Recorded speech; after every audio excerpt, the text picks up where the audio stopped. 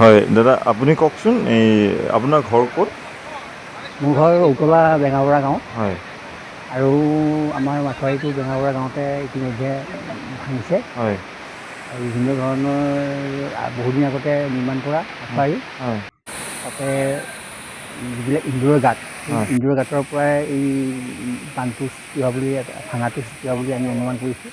এতিয়া আপোনাৰ ঘৰত পানী উঠিব কিমান এতিয়া বাকী? আমাৰ ঘৰৰ আশে পাশে পানী উঠিছে, চোতালৰ কাষ পাইছেগৈ, আপোনাৰ এই চোতালৰ কাষ পাইছে তাৰমানে চোতাল পাইছে ডুবিছে অলৰেডি? ডুবিছে অলৰেডি হয় হয় আৰু কিছু পিছত হয়তো ভেটিৰ কাষ পাবগৈ। হয় পানী দ্ৰুতগতিত আহি আছে হয় আৰু যদি নদীত নকমে হয় গতিকে এটা সম্ভাৱনা নহয়, এইটো আশাই কৰিছোঁ।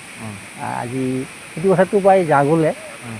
ইতিমধ্যে ৰোৱাও প্ৰায় অন্ত আপোনাৰ হৈছে, কিমান মান মাটি খেতি পথাৰ নষ্ট প্ৰায় হ'ল? 13 বিঘামান মাটি খেতি নষ্ট হ'ব বুলি আশা কৰা হৈছে।